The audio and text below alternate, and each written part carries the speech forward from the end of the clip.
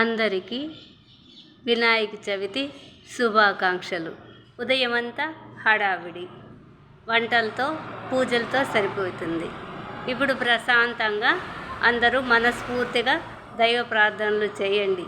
వినాయకుని అనుగ్రహం, విఘ్నాలు తొలగించే వినాయకుని అనుగ్రహం, ఆ శివపార్వతుల అనుగ్రహం అందరికీ కలగాలి. అక్షరాల ఆణిముత్యాలను అందరూ షేర్ చేయండి, సబ్స్క్రైబ్ చేయండి, లైక్ చేయండి. ఇదిగో వినాయకుడు. ఈ చిన్ని వినాయకుడిని పిల్లలందరూ కలిసి, అపార్ట్మెంట్లో పిల్లలందరూ కలిసి పెట్టుకున్నారు. పెద్దవాళ్ళకి ఇంట్లో హడావిడి, ఇదిగో ఈ వినాయకుడికి నైవేద్యాలు తెచ్చేదానికి పిల్లల హడావిడి.